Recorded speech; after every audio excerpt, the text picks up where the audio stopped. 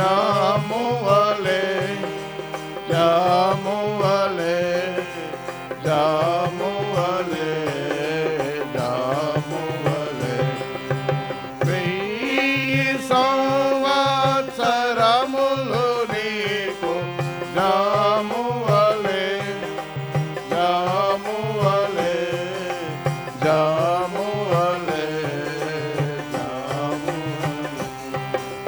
నీదు దృష్టికి వెయ్యేళ్ళు గతించిన నిన్నటి వల్లెనున్నది నీదు దృష్టికి వెయ్యేళ్ళు గతించిన నిన్నటి వల్లెనున్నది రాత్రి అందక జాముకు సమం నున్నావి ఉన్నావి ఉన్నావి ఉన్నావి రాత్రి అందక జాముకు సమం నున్నావి నున్నావి నున్నావి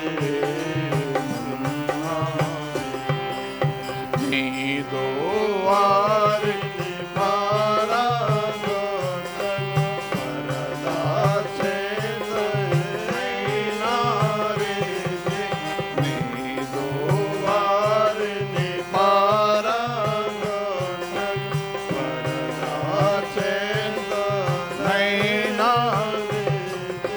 కాటి వలసి గిరించి వారి పోయెదరు పోయెదరు పోయెదరు పోయెదరు కాటి వలసి గిరించి వారి పోయెదరు పోయెదరు పోయెదరు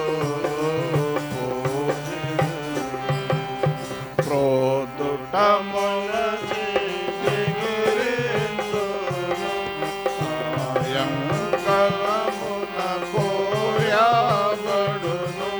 ప్రోదుట మొలచి దిగిరించును సాయంకాలమున కోయబడును వానపారని నీ కోపము క్షీణించు క్షీణించు క్షీణించు క్షీణించు వానపారని నీ కోపము క్షీణించు క్షీణించు క్షీణించు క్షీణించు నీదో కోపము వలన మేము క్షీణించుచున్నాము దేవా నీదో కోపము వలన మేము క్షీణించుచున్నాము దేవా నీదు బాటి దిగులు పొందెదమో పొందెదమో పొందెదమో నీ ఉగ్రతను బాటి దిగులు పొందెదమో పొందెదమో పొందెదమో పొందెదమో ప్రభువతార తరములను మాకు నివాస స్థలము నీవే యుగాయుగములకును నీవే మా దేవుడవు దేవుడవు దేవుడవు దేవుడవు యుగాయుగములకును నీవే మా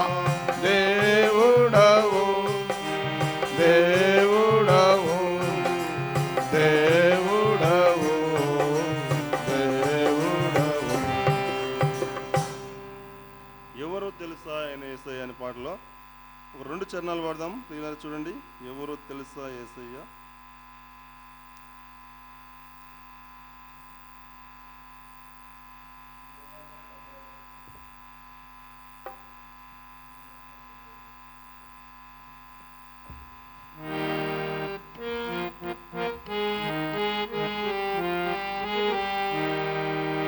ఎవరో తెలుసా యేసయ్యా, చెబుతా నేడు వినవయ్యా.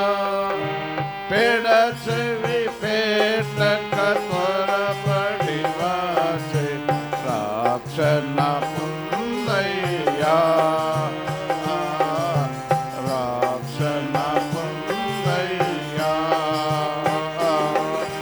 దేవాది దేవుడు యేసయ్యా, మానవ జన్మకు వచ్చాడయ్యా. దేవాది దేవుడు యేసయ్యా, మానవ జన్మకు వచ్చాడయ్యా. మరణించాడు మరి లేచాడు, నీ నా పాప విమోచనకే. మరణించాడు మరి లేచాడు, నీ నా పాప విమోచనకే. ఎవరో తెలుసా యేసయ్యా, చెప్పుతా నేడు వినవయ్యా. పెడచెవి పెట్టక త్వరపడి వచ్చే రక్షణ పొందయ్యా, రక్షణ పొందయ్యా. ఉండి యేసయ్యా, దరిద్రుడై ఇల్ల పుట్టాడయ్యా. ధనవంతుడై ఉండి యేసయ్యా, దరిద్రుడై ఇల్ల పుట్టాడయ్యా. రూపురేఖలు కోల్పోయావు, నీ పాప విమోచనకే.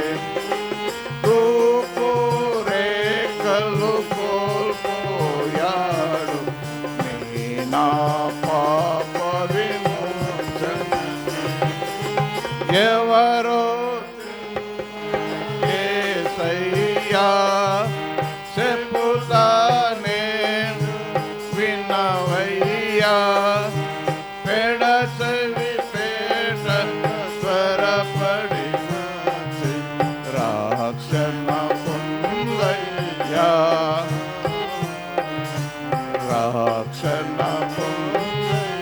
ఆఖరి యేసు తరపున ప్రతినిధినై, దేవుని ప్రేమకు ప్రతిరూపమై. యేసుని తరపున ప్రతినిధినై, దేవుని ప్రేమకు ప్రతిరూపమై. అతి వినయముగా బతిమాలుతున్నాను నేనే, రమ్మును యేసు ప్రభున్. అతి వినయముగా బతిమాలుతున్నాను నేనే, రమ్మును యేసు ప్రభున్. ఎవరో యేసయ్యా, చెప్పుతా నేడు వినవయ్యా. పెడచెవి త్వరపడి వచ్చే రక్షణ పొందయ్యా, రక్షణ పొందయ్యా. వాక్యం విందాం.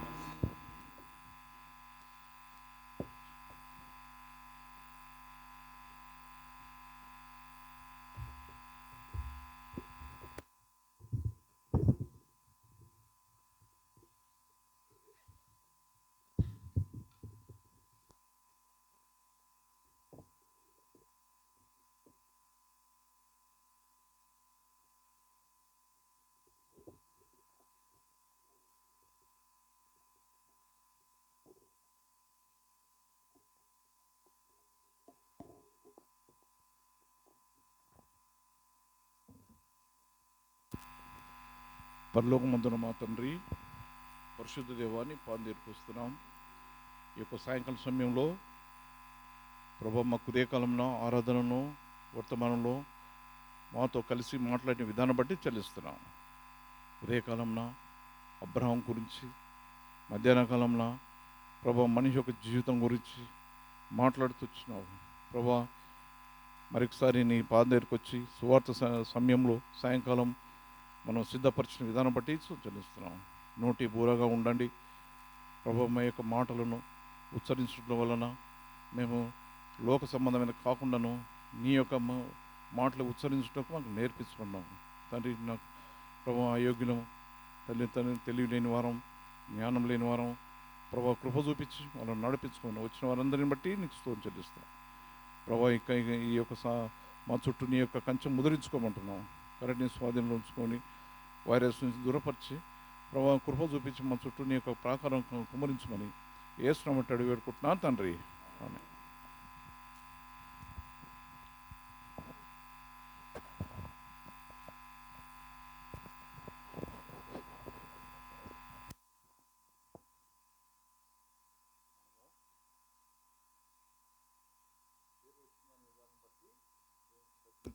చెల్లిస్తున్నాం.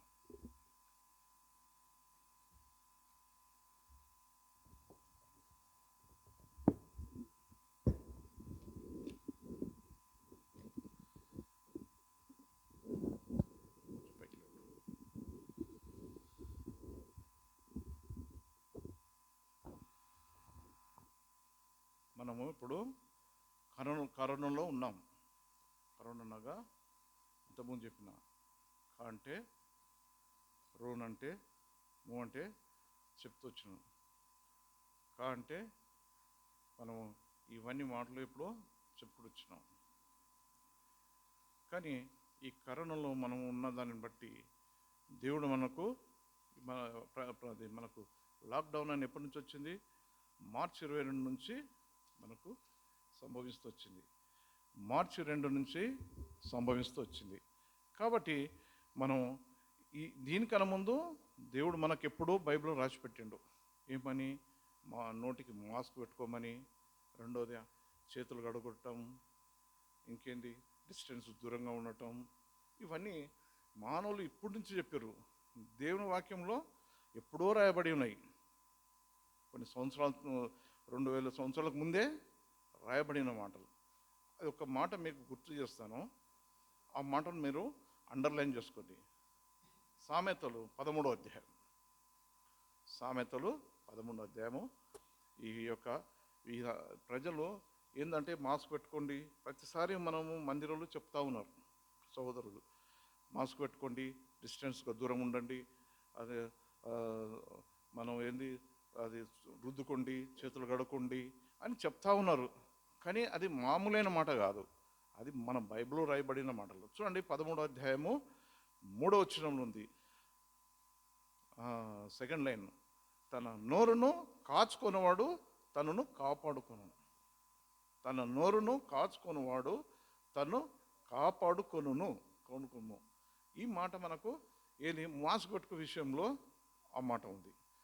మాస్క్ అనేది మనకి ఇప్పుడే లేదు, దేవుని అప్పుడే మనకు రాయబడి ఉంటున్నది. అది మొదటిగా. రెండవదిగా చూడండి, కీర్తనలు 26లో ఉంది అన్నమాట. కీర్తనలు 26 6వ వచనం. 26 6వ వచనం ఏంది? నిర్దోషిని నా చేతులు కడుకొందుము. కింద నిర్దోషినని నా చేతులు కడుకొందుము. ఇది మనము చేతులు కడుక్కొనుట. మూడోదిగా ఎక్కడున్నాం? లెండర్ చేసుకో. మూడవది మొదటి దశలోనికైలు 5వ అధ్యాయం. మొదటి దశలోనికైలు 5వ అధ్యాయంలో మాట రాయబడింది. మీకు తెలిసి ఉండొచ్చు కానీ మరోసారి జ్ఞాపకం చేస్తున్నాం. తెలిసి కూడా ఏం చేస్తున్నట్టే దూరం కూర్చోండి, దగ్గర కూర్చోండి, కడుక్కొని ఎన్నిసార్లు చెప్పినప్పుడు కూడా మీరు గమనించలేకపోతారు. కాబట్టి దానిని బట్టి చెప్పవలసి వచ్చింది. 22వ వచనం 5:22 మొదటి దశలోనికైలు 5వ అధ్యాయం 22 వచ్చిన ప్రతి కీడు ప్రతి విధమైన కీడునకు దూరంగా ఉండండి.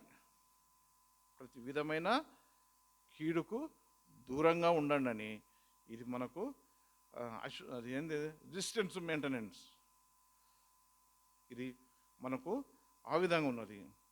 4వదిగా ప్రసంగి 7వ అధ్యాయం, ప్రసంగి 7వ అధ్యాయంలో మాట రాయబడినది. ప్రసంగి 7వ అధ్యాయము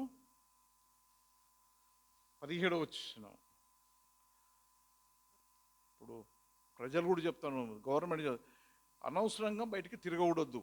అవసరం ఉన్నదానికే బయటికి వెళ్ళాలి. ఏదైనా వస్తువు తెచ్చుకోవటానికి, ఏదైనా హాస్పిటల్కి పోవటానికి, లేదా మెడికల్ షాప్ పోవటానికి పోవాలి. అనవసరంగా బయటికి వెళ్ళి ఏం చేస్తారంటే అది ఏదో మాట్లాడటానికి, ఏదో పని కల్పించుకోవటానికి పోతూ ఉంటారు. దానికని చూడు 17వ వచనంలో సెకండ్ లైన్గా ఉంటుంది చూడు, బుద్ధిహీనంగా తిరగవద్దు, నీ కాలమునకు ముందుగా నీవు వేళ చనిపోదు. బుద్ధిహీనంగా బయట తిరగకూడవద్దు.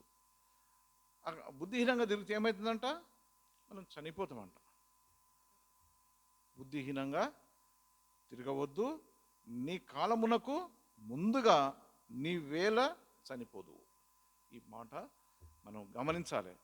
ప్రతిసారి చెప్పిండు సోదరుడు ఉదయం కూడా పిల్లలను ఓరింటికి పోనీయకండి, జాగ్రత్త ఉండండి, బైబిల్ చదువుకోండి. అది సహజంగా ఉదయం చెప్తూ వచ్చినాడు. అవే మాటలు నేను ఏం చేసినట్టే, నేను మధ్యాహ్నం కాలం చదువుకున్నప్పుడు ఇవన్నీ తేటపరుస్తూ వచ్చినాయి. కాబట్టి మీరు అనవసరమైన తిరగద్దు, అనవసరమైన వేరే వాళ్ళ ఇంటికి వెళ్ళొద్దు. ఆ విధంగా మనము ప్రయాసపడుటకు దేవుడు సాయం చేయండి. ఇప్పుడు మనం చేసి ధ్యానించే వాక్యంకు బయలుదేరదాం. 1 కొరింథీ 1వ అధ్యాయం, 1 కొరింథీ 1వ అధ్యాయం 9వ వచనం. మన ప్రభువైన యేసు క్రీస్తు అను తన కుమారుని సహవాసమునకు మిమ్మును పిలిచిన దేవుడు నమ్మదగినవాడు. సహోదరులారా, యవనస్తులారా, మీ సహవాసం మిమ్మును పిలిచిన దేవుడు నమ్మదగినవాడు. ఏ సహవాసంలో ఉన్నావు? సహవాసం ఏమి ఉన్నావు? యవనస్తులుగా ఉన్నావు, మన సహోదరులు. నేను గమనించి వస్తా ఉన్నా, మన మందిరంలో కొంతమందిని యవనస్తులు కూడా సహవాసము మందిరానికి వచ్చినప్పుడే ఈ సహవాసం, మందిరం గేటు దాటిందంటే దుర్లోకమైన సహవాసంలో కలిగి ఉంటున్నారు. కాబట్టి అటువంటి సహవాసము మంచిది కాదు, చెడపేస్తుంది. అందుకొరనుకని మనము ప్రతి వారమును 1 కొరింథీ 11:28 తాను పరీక్షించుకోమంటున్నావు. ఎందుకు ఎంతగానో పరీక్షించుకుంటావు? ఒక్కసారి 2 సార్లు పరీక్షిస్తావు, తర్వాత దేవుడు విననోలుడు. అంతేకాకుండాను దానివల్ల మనం ఏమవుతున్నాము? అనారోగ్యాలకు గురి అవుతున్నాము. మనం ఇంకేమంటున్నాము? దానివలన మనం గురి కాకుండా మన యొక్క ఇష్టానుసారంగా తిరుగుతున్నాము. శిక్షా విధి కలుగుటకే తిని తాగుతున్నాం. అందుకొరనుకని ప్రభువు శరీరంను వివేచింపక తిని త్రాగువాడు తన శిక్షావిధే. ఇది మనము ఏదో మందిరానికి వచ్చినాము, ఏదో బలలో పాల్గొంటే మనం పరలోకానికి పోతాము. లేకపోతే కొంతమంది ఉన్నారు, నేను చనిపోతే పెట్టెలో పెడతారు, గంభీరంగా ఉండబోతారు. పలానాలు కొండపోయాను కదా, అదేవిధంగా నన్ను కూడా కొండబోతారేమో ఆశతోని కూడా వచ్చేవారుగా ఉన్నారు. అయితే సహోదరులు కొంతమంది ఉన్నారు, పెద్దవారు బయట పోయినప్పుడు అన్ని కార్యాలు చేస్తారు, పోసినప్పుడు తాగుతారు, మళ్ళీ తీసుకొచ్చి కూడా ఇంటికి వచ్చి తాగుతూ ఉన్నారు. అటువంటి పరిస్థితులు కూడా సరి అయినది కాదు. కాబట్టి మనం ఏ సహవాసంలో ఉన్నాం, ఎక్కడ ఉన్నాం, అది మనం గుర్తించాలి. మన సహవాసం ఎసొంటిది, మన సహవాసము ఎట్లా ఉన్నాం. అందుకొరనుకని మనము మన సహవాసంలో పిలిచిన దేవుడు నమ్మకమైన వాడు. అంతేకాకుండాను ఇంకేముంది, 1వ అధ్యాయము 1 కొరింథీ 1:26 కూడా మాట్లాడుతుంది. 1వ అధ్యాయం 26 వచనంలో ఇప్పుడు ఈ సహవాసం ఎవరిని పిలుచుకున్నాడు, ఎవరిని అనుకున్నాడు? ఈ సహవాసం ఎట్లుండే? పెద్ద పెద్దోలా, లేకపోతే ధనికులా, డబ్బున్నవారా, లేకపోతే కొంచెం ఖ్యాతి కలిగినవాడా? కాదు. అట్లా కాకుండాను చూడండి 26 వచనం, సహోదరులారా, మిమ్మను పిలిచిన పిలుపును చూడుడి, మీరు లోకరీతిని జ్ఞానులను, ఘనులను, గొప్ప వంశస్థు వారైనను అనేకులను పిలవలేదు కానీ ఏ శరీరు దేవుని ఎదుట అసేపడకున్నట్లు జ్ఞానులను సిగ్గుపరచుటకు ఈ లోకం నుండి వెరివారిని దేవుడు ఏర్పరచుకున్నాడు. వెరివారిని ఏర్పరచుకున్నాడు దేవుడు. తెలివిలేని వారిని, ఆరోగ్యం వాళ్ళకు డాక్టర్ అక్కర్లేదు, మనము బలహీనులం. కాబట్టి దానిని బట్టి మనం ఏ సహవాసంలో ఉన్నామని దేవుడు మనను కనుకరిస్తూ వస్తున్నాడు. ఆ సహవాసమును మనము కలిగి ఉండాలి. అందుకొనకని మన యొక్క పిలుపు ఎట్లా ఉంది, మనం ఎవరు పిలుస్తున్నారు దేవుడు అని చూడండి. 1 పేతురు 2:9 ఆ మాట రాయబడిన చూడు. అయితే మీరు చీకటిలో నుండి ఆశ్చర్యకరమైన వెలుగులోనికి మిమ్మను పిలిచిన వాని గుణాతిశయములను ప్రచురము చేయొచ్చు నిమిత్తము ఏర్పరచబడిన వంశమును, రాజులైన యాజకులను, పరిశుద్ధులను, దేవుని సొత్తైన ప్రజలమై ఉన్నాం. మనం ఎక్కడ ఉన్నాం ఇప్పుడు? మనం ఎట్లా ఉన్నామంట? ప్రచురించు నిమిత్తము ఏర్పరచబడిన వంశము, రాజులైన యాజకుల గుంపులో మనం ఉండాలి. అందుకొనకి తమ వెలుగులోనికి మిమ్మను పిలిచిన గుణాతిశయమును, మీలో ఎవరైతే పిలుస్తున్నారు, ఎవరు పిలుస్తారు? ఈ లోక మానవులు కాదు. నువ్వు బైబిల్ చదివితే, నీ యొక్క దినపాఠం చదివితే దేవుడు నిన్నే పిలుస్తున్నాడు. పలాయన పిలుస్తున్నాడు, ఆయన ఏంది ఈయన చెప్పడానికి వీల్లేదు. ఏ సహవాసం ఉన్నావు, ఎక్కడ ఎవరు పిలుస్తున్నారు అది గమనించాలి యవ్వనస్తులు. ఆ విధంగా పిలిచినప్పుడు మనం ఏమైనా అదే అధ్యాయం 3వ అధ్యాయం 1 పేతురు 3వ అధ్యాయము అదే 9వ వచనంలో అదే బాగుంటుంది. ఆశీర్వాదం కొరకు వారసులగుటకు మిమ్మను పిలువబడిన వారిని గనక కీడుకు ప్రతి కీడును, దూషణకు ప్రతి దూషణను చేయక దీవించండి. మనం ఎట్లున్నాము?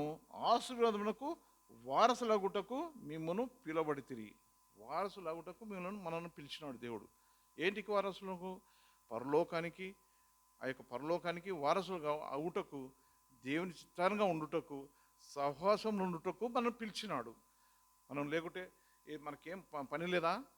మనం ఈ సాయంకాలం వచ్చి ఈ సమావేశం కావటం, ఇవన్నీ చేయటం ఎందుకు? దేవుడు మనను పిలిచిన దేవుడు. అందుకోనకని ఆ పిలిచిన పిలుపును మనం యొక్క దేవుని నువ్వేం పిలుస్తున్నావు? ప్రతి ఆదివారము నువ్వు ఆరాధనలో ఏం నేర్చుకుంటున్నావు? బలలో ఏం నేర్చుకుంటున్నావు? అది విడిచిపెట్టిపోవటమేనా? కాదు. మనం ఏ సహవాసాలు ఉంటున్నామో, ఏ పిలుపులో ఉంటున్నామని ఒకసారి గమనించాలని యవనస్తుల గురించి మరోసారి జ్ఞాపకం చేస్తున్నాను. అదే చూడండి, సామెతలు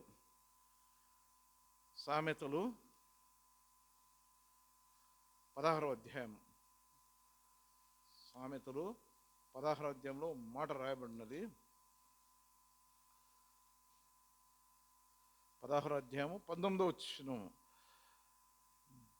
గర్వంతో దోపుడు సొమ్మును పంచుకున్నాడు కంటే దీన మనసు కలిగి దీనులతో పొత్తు చేయటం మేలు. సహవాసం మనం ఏం చేసినాం? సహవాసం ఉన్నాం. ఇంకేం చేసినాం? మన యొక్క ఎటువంటి సహవాసం ఉన్నామంట? మనం ఎటువంటి పిలిచిన వారిని ఉన్నాము? ఆ విత్తుకు ఏమైంది? దీనులతో పొత్తు చేయుట మేలు. దీనులతో పొత్తు చేయుట మేలు. దీనత్వంగా ఎవరు దేవుని యందు భయభక్తులు కలిగి ఉంటున్నారు? సహోదరులు, యవనస్తులు కలిగి ఉండుట వలన వాళ్ళ ఎట్లా పొత్తు చేయాలి, వాళ్ళ మాట్లాడుతుండాలి. ఏ మాటలు? ఎక్కడ పోయినా నిలబడ్డను మన యొక్క దేవుని మాటలే చెప్తుండాలి. అందుకోరనుకని అదే కాకుండా అదే 15వ అధ్యాయంలో 15వ అధ్యాయము 5వ వచనంలో ఈ మాట, గర్వహృదయములందరూ యెహోవాకు ఏయములు. గర్వహృదయము, గర్వంగా మాట్లాడే మనం ఏ సహవాసం నుండి గర్వంగా ఉంటే యెహోవాకు ఏయము, అది మనకు ఇష్టమైనది కాదు. కాబట్టి అదే 25వ వచనంలో ఉంది, 15:25లో ఏముంది? గర్విష్ట ఇల్లు యెహోవా పెరికివేయును. గర్విష్ట ఇల్లు యెహోవా ఏమి ఇల్లు? మన యొక్క హృదయం అనే ఇల్లును గర్విష్టంగా ఉంటే పెరికివేస్తాడు. పెరికివేనంటే ఎక్కడ పెరికేస్తాడు? ఓ చుట్టూ పెరికేసినప్పుడు ఏమవుతుంది? అది చచ్చిపోతుంది. అట్లా మనము ఆ విధంగా ఉండదు. 16 మొదటి వచనం. హృదయం ఆలోచన మనిషిని వశం. హృదయ ఆలోచనలని మనిషిని వశంగా ఉంటాయి. కాబట్టి ఆ విధంగా మనము దేవుని యొక్క సన్నిధిలో ఉండాలని దేశం అంటున్నది. ఆ విధంగా 15వ అధ్యాయం మనము యొక్క మన యొక్క అదే సామెతలు 29లో మాట ఉన్న చూడండి. 29 ఒక్క మాటను విఫలంగా చెప్పడానికి సమయం లేదు కనుక కొన్ని మాటలు చెప్తూ వస్తున్నాను. సామెతలు 23 అనుకుంటా. 23 ఎవని గర్వము వానిని తగ్గించును. ఎవనిని గర్వం వానిని తగ్గించును. వినయగలం మనస్కుడు ఘనత. గర్వంగా ఉంటే ఎవరిని ఏం చేస్తాడు? తగ్గిస్తాడు. వినయ మనసుకు గలవాడు అంటే ఘనత తెస్తాడు. దేవునికి ఘనత.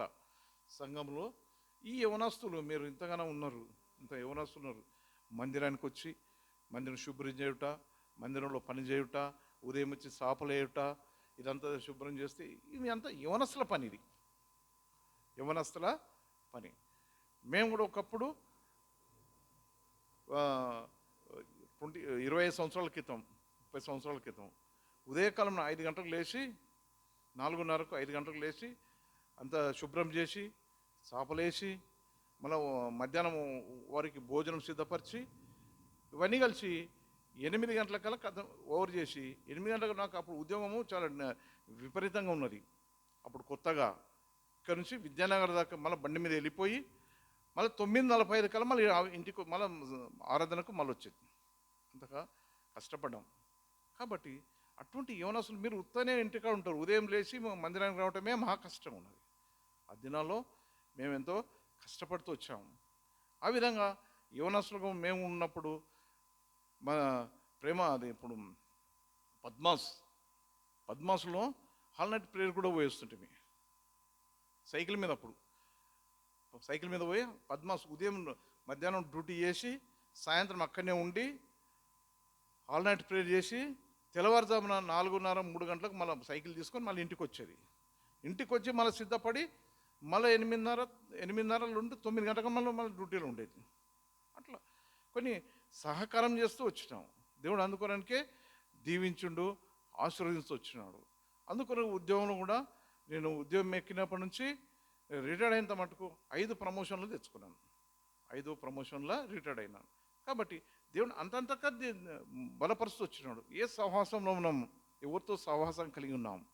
కాబట్టి ఆ సహవాసం బట్టి దేవుని యొక్క ప్రేమను బట్టి నేను అడగకముందే కొంతమంది నాకు ప్రమోషన్ కావాలి, నాకు అది కావాలని డబ్బులు యూనియన్ వారికి డబ్బులు ఇస్తూ ఉంటారు. డబ్బులు ఇచ్చి మరీ చెప్పి వెంట తిరుగుతాడు. నేను ఎవ్వరికి డబ్బులు ఇవ్వలేదు. దేవుడు అనుకోకుండా ప్రతి అవసరత తీర్చు దేవుడు కాబట్టి ప్రార్థన చేసి వచ్చినాము. 5 ప్రమోషన్లు. ఒక్కొక్క సంవత్సరం 4 సంవత్సరాలు, 3.5, 4, 5 సంవత్సరాలు దాటకముందే ప్రమోషన్, 5 సంవత్సరాలు దాటకముందే ఒక ప్రమోషన్, అట్లా 5 ప్రమోషన్లుగా వచ్చిన. నాకు 2 సంవత్సరాలు ఉంటే గెస్టెడ్గా వచ్చావని. కాబట్టి దేవుడు మనకు అనుమతి ఇవ్వలేదు. కాబట్టి దానిని బట్టి దేవుడు మనను మన యొక్క నమ్మకం బట్టి దేవుడు ఆ విధంగా సహవాసంలో ఉంటాడు. ఇప్పుడు దేవుడు నమ్మదగినవాడు. 1 కొరింథీ 1వ అధ్యాయము 9వ వచనం మరొకసారి చదువుతున్నాం చూడండి. మన ప్రభు అయిన యేసు క్రీస్తును అను కుమారుని సహవాసమును పిలిచిన దేవుడు నమ్మదగినవాడు. ఇప్పుడు దేవుడు ఎటువంటి వాడంట? దేవుడు నమ్మదగినవాడు. మనకు ఆ నమ్మకత్వం మన దగ్గర ఉండాలి. ఆ నమ్మకత్వం లేకపోతే కూడా మనను దేవుడు ఆశ్రయించేవాడు కాదు. చూడండి 1 కొరింథీ 10వ అధ్యాయం. 1 కొరింథీ 10వ అధ్యాయము 13వ వచనం. సాధారణంగా మనుషులు కలుగు శోధన తప్ప మరి ఏది మీకు సంభవింపలేదు. దేవుడు నమ్మదగిన వాడు. మీరు సహింప కలిగిన దానికంటే ఎక్కువగా ఆయన మిమ్మును శోధింపబడనీయడు. అంతేకాదు సహింప కలుగుటకు ఆయన శోధించుటతో మీకు తప్పించుకొను మార్గమునకు కలుగ చేయును. మనకు దేవుడు ఎంత మటుకు శోధిస్తాడంట? ఆయన నమ్మదగిన వాడు, తగినంత మీరు సహించేదానికన్నా తగినంతనే మనకేం చేస్తాడంటే శోధన చేస్తాడు. ఆ శోధన ఎప్పుడు? దేవుడు మనలను కదిలిస్తానికి. ఎప్పుడు? ఈ బిడ్డ యవనస్తులను ముఖ్యంగా కదిలించి ఏం చేస్తాడంటే శోధన చేస్తాడు. శోధన రాగానే పడిపోదు కాదు. ఆ శోధనలో ఎట్లా ఉంటుందంటే మనకు ఎంత మటుకు తట్టుకుంటామో అంత మటుకు శోధన చేసుకొస్తాడు. ఆ శోధనలు కూడా ఏం చేయాలంటే మనము దేవునికి స్తోత్రం అని చెప్పి, నాకు ఇచ్చినందుకు నిండ ఉందనం కూడా చెప్పి మనం ప్రార్థించేవారుగా ఉండాలి. అందుకోనకని దేవుడు నమ్మదగినవాడు, మీరు సహింపదగినంత ఎక్కువగా ఆయన మిమ్మలను శోధింపడు. అందుకోనకే ఆ శోధనలో మనం కూడా కలిగి ఉండటం వలన మనము ఉంటాం. అందుకోరనికే ఓ మాట చూడండి, మీకు అందరికి తెలుసు. కీర్తనలు 119 కీర్తనలు 119 మాట ఉన్నది. కీర్తనలు 119:71 శ్రమ నొంది ఇండుట నాకు మేలాయను. దావీదు ఇక్కడ కూడా చెప్తున్నాడు. అపోస్తలుడైన పౌలు ఆ మాటకు మనకు ఎంత శ్రమ కావాలనో అంత తీసుకొచ్చినప్పుడు దావీదు ఏమంటుండే ఇక్కడ మనకు? శ్రమ నొంది ఇండుట నాకు మేలాయను. మనకు ఆ మేలనము శ్రమ రాగానే ఎంతో కృంగిపోతాం మానవులం. ఇటువంటి శ్రమ ఎవరికి రాలేదు, నాకే వచ్చింది అనుకుంటాం. అది కాదు. అందుకని 67లో ఉంది, శ్రమ కలగక మునుపు నేను త్రోవ విడిచి తిని. శ్రమ కలగంగానే ఏం చేస్తామంటే త్రోవ విడిచిపెడతాం, మందిరానికి త్రోవ విడిచిపెడతాం. ఇంకా కొద్దిగా శోధన రాగానే, కొంత ఇబ్బందులు రాగానే నన్ను ఎవడూ పలకరిస్తలేరు, నన్ను ఎవరూ మాట్లాడతారు. నువ్వే అంటే మానవుల కొరానికే నువ్వు మందిరానికి వస్తున్నావా? కాదు. మనం శోధన ఎంత ఉన్నమట్టుకున్నా శ్రమ కలగా మునుపు నేను త్రోవను విడిచి తిని. ఆ త్రోవ మనం కాదు విడిచిపెట్టేది. మనకు ఎంత శ్రమ వస్తుందో అంత మందిరానికి సహవాసంలో ఉండాలి. మనం సహవాసంలో మందిరానికి ఉంటే దేవుడు మన శోధనలను జయించేవారుగా ఉంటాం. దానిని బట్టి మనము మన యొక్క సహవాసం ఎట్లా ఉందని శోధించేవారుగా ఉండాలి. చూడండి, 2 దశలోనికాయలు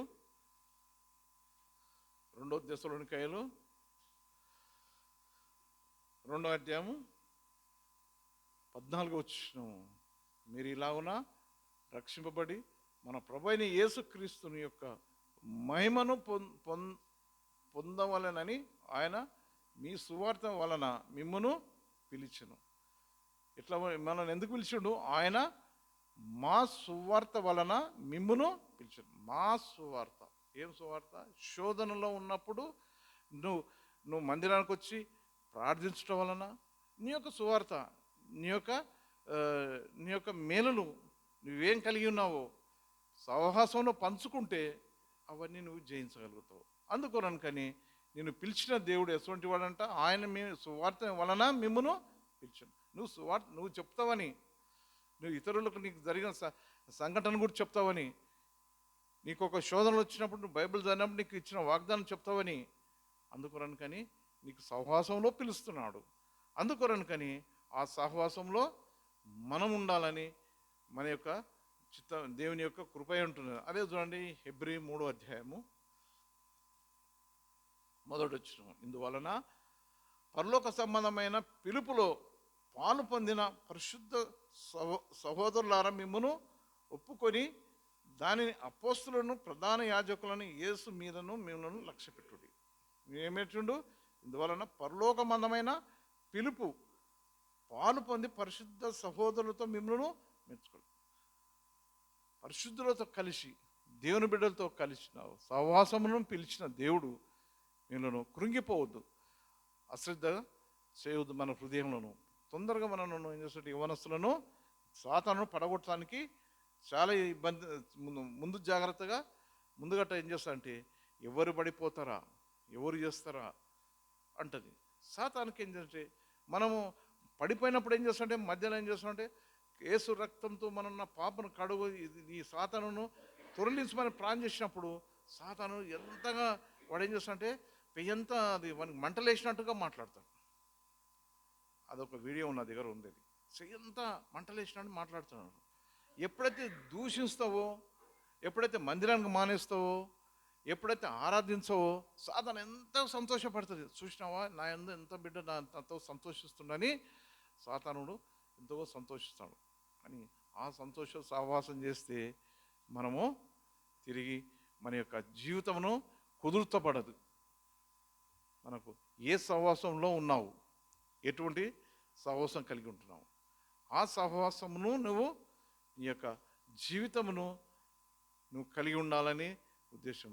మరొకసారి చూడండి, ఫిలిప్పీలకు రాసిన పత్రిక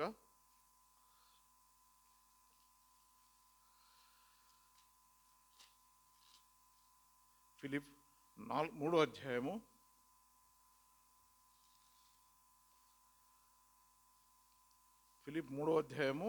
14వ వచనం.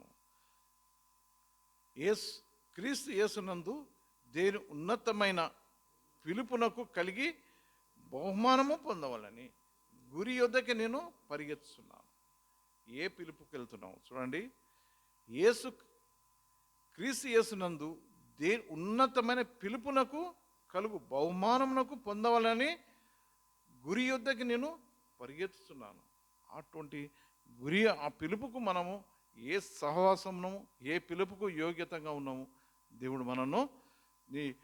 మనమే పరీక్షించుకోవాలి. ప్రతి వారు కూడా మనం చెప్తా ఉన్నాం, ఎవరు వారే పరీక్షించుకోవాలి. దీనికి వేరేలు పరీక్షించలేదు. ఇప్పుడు ఏదో ఒక పని చేయాలంటే ఒకరు రావాలి, ఎవిడెన్స్గా వస్తే మాట్లాడితేనే అదొక సంగతి జరుగుతుంది.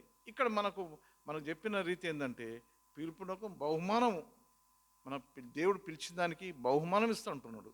ఆ బహుమానం ఎవరైతే పరిగెత్తారో అది పొందుతారు, లేకపోతే ఆ బహుమానము పోగొట్టుకునే వాళ్ళగా ఉంటాం. ఆ పిలుపు ఎంత యోబు మా యొక్క బహుమానము చూసినాడు. చూడండి, యోబు 22వ అధ్యాయము ఆ బహుమానం ఎట్లా ఉంటుందో చూడండి.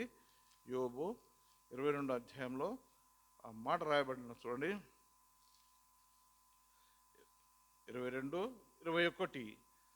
ఆయనతో సహవాసం చేసినలా నువ్వు సమాధానము కలుగును. ఆయనతో సహవాసం చేసిన నీకు సమాధానం కలుగుతుంది. యోబు చేసిండు ఆ విధంగా. ఆయనతో సహవాసం చేసిండు, సమస్తం కోల్పోయినాడు, తిరిగి ఏం చేసిండంటే సమాధానం కలుగుతూ వచ్చింది.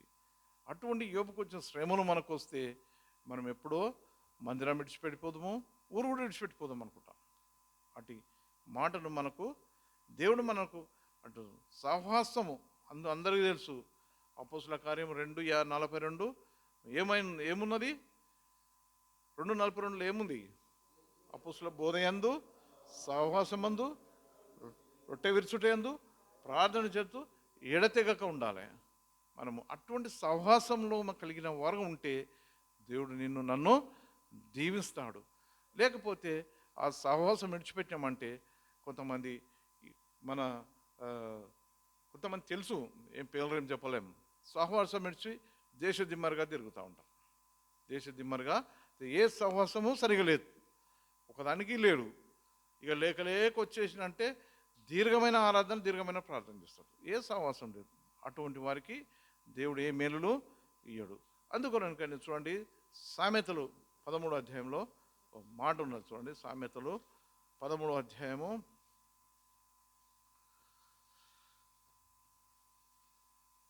13:20. జ్ఞానుల సహవాసం చేయవాడు జ్ఞానము గలవాడు అగును, మూర్ఖుల సహవాసం చేయవాడు చెడిపోవును. మనం ఎవరి సహవాసంలో ఉంటున్నాం, ఇప్పుడు ఎవరితో కలిసి మనము తిరుగుతున్నాము. మీరు యొక్క జీవితంలో మీ సహవాసము ఎప్పుడు మీకు పని దొరికినప్పుడల్లా మందిరానికి రండి, ప్రార్థన చేయండి, హార్మోనియం నేర్చుకోండి, తబలా నేర్చుకోండి.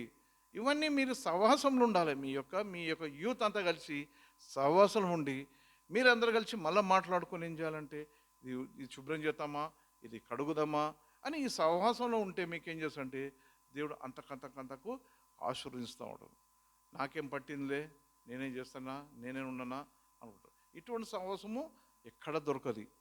వేరే సహవాసం ఎట్లా, చెడిపోయిన సహవాసం, రోడ్డుపోయిన సహవాసం. ఒక సేవకుని కుమారుడు చిన్న ఉన్నప్పుడు మందిరానికి మంచిగా వచ్చేదంట. సండే స్కూల్కి వచ్చినప్పుడు సండే స్కూల్ టైం పీరియడ్ అయిపోయింది, టీనేజ్ అయిపోయింది, యవనస్తుడికి వచ్చిండు. యవనస్తుడికి వచ్చేటప్పటికి ఏం చేసిండే, అంతకుముందు కంటత వాక్యాలు చెప్పిండు, మంచిగా చెప్పిండు, అన్నీ చేసిండు. సహవాసం ఏమైంది? మూర్ఖుల సహవాసం అయిపోయింది. ఏమైంది ఇప్పుడు 20 వచ్చినము ప్రకారంగా మూర్ఖుల సహవాసం అయిపోయి ఏం చేసిందంటే, మా తల్లిదండ్రులకు అయిష్టంగా తిరుగుతూ మందిరానికి వచ్చినప్పుడు 2 బటన్లు విప్పుకొని ఈ తల తల ఏం చేసినంటే చుట్టుముడు చేసి మీద ఏం చేసి మేకపోతలకు ఇడిచిపెట్టి ఆ సహవాసం లెవెల్లో వస్తుంది. తల విపరీతంగా వస్తున్నాడు. విపరీతంగా వస్తా ఒక దినము ఆ యొక్క సేవకుడు అన్నాడు, తమ్ముడా చాలా మంచోడు, నువ్వు చాలా మంచి ఇట్లా ఉన్నావు అట్లా ఉన్నావు, ఏంది అంతా చూడు ఈ గుండీలు మనము అట్లా ఇడిచిపెట్టద్దు, మంచి పెట్టుకోవాలి బాబు అని చెప్పాడు. అది చెప్తే ఆయనకి ఇష్టం కలదు. తల చూడు అట్లా ఉందని చెప్పిండు. చెప్తే ఇంటికి పోయిండు. ఇంటికి పోయి వాళ్ళ మమ్మీకి చెప్తాను, మమ్మీ మీ సేవకుడు ఏమో చెప్తుండు నాకు, మమ్మీ మీ సేవకుడు ఏమో చెప్తాడు, మీ సేవకుడు మీ సంఘం అన్నాను అని ఉచ్చరిస్తున్నాడు, నేను రాని ఇప్పటి నుంచి మీ దగ్గర. అట్లా దేవుని యొక్క మాటలు చెప్పినప్పుడు తల్లిదండ్రులు కూడా ఏం చేశారు, సేవకుని లాగానే అట్లుండొద్దు బిడ్డ, ఇట్లుండు బిడ్డ, ఆయన చెప్పింది దేవుడు నీతో మాట్లాడుతుండు, ఏ సాహసం గురించి మాట్లాడుతూ వచ్చాడు. కాబట్టి రెండోసారి తల్లిదండ్రులు కూడా ఇదే మాట్లాడానని చెప్పి 3వ రోజున మళ్ళీ వచ్చే ఆదివారం కాలం ఏం చేసినంటే మొత్తం గుండు కొట్టుకొని వచ్చేసిండు. ఇక మొత్తం గుండు కొట్టుకొచ్చి మళ్ళీ వచ్చి నిండా గుండీలు పెట్టుకొని తెల్ల షర్ట్ వేసుకొని వచ్చిండు ఆ రోజు. అయితే దేవుడు మార్పుతాడు, మార్పు చెందాడు. సహవాసంలో ఉన్నప్పుడు ఆ మార్పు చెందుతాడు. కాబట్టి మనం కూడా మీ యవనస్తులుగా ఉన్నప్పుడు మీరు యవనస్తులు ఏ సహవాసంలో ఉండరని మీరు గమనించాలని కోరుతున్నాం. అదే చూడండి, సామెతలు 15వ అధ్యాయం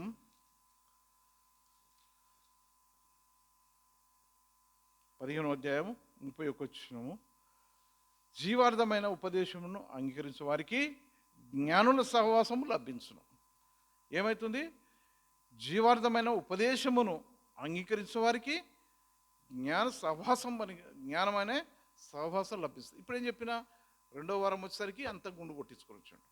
జ్ఞానుల సహవాసం వచ్చినప్పుడు ఏం చేసినంటే అవి లభిస్తాయి, లేకపోతే అవి లభించలేవు.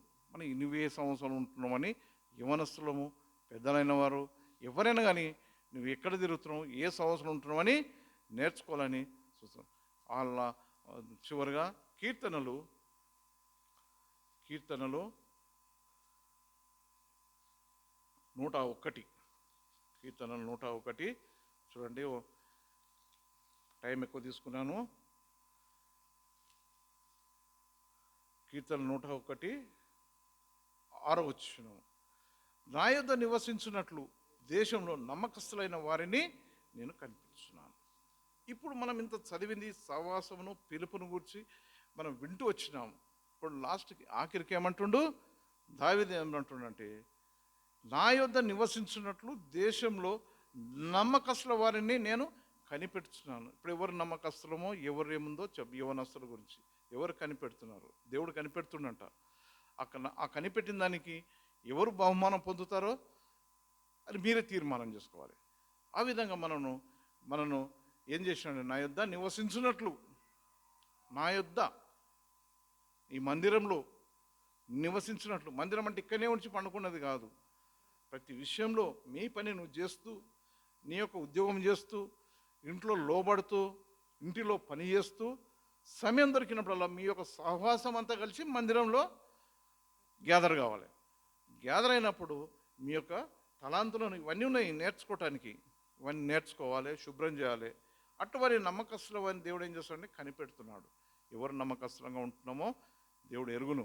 కాబట్టి ఆ విధంగా నమ్మకస్తులు ఉండుటకు దేవుడు ప్రతి ఒక్కరిని ఆ విధంగా సిద్ధపరచును గాక. దేవుడు తన వాక్యం దించుగాక.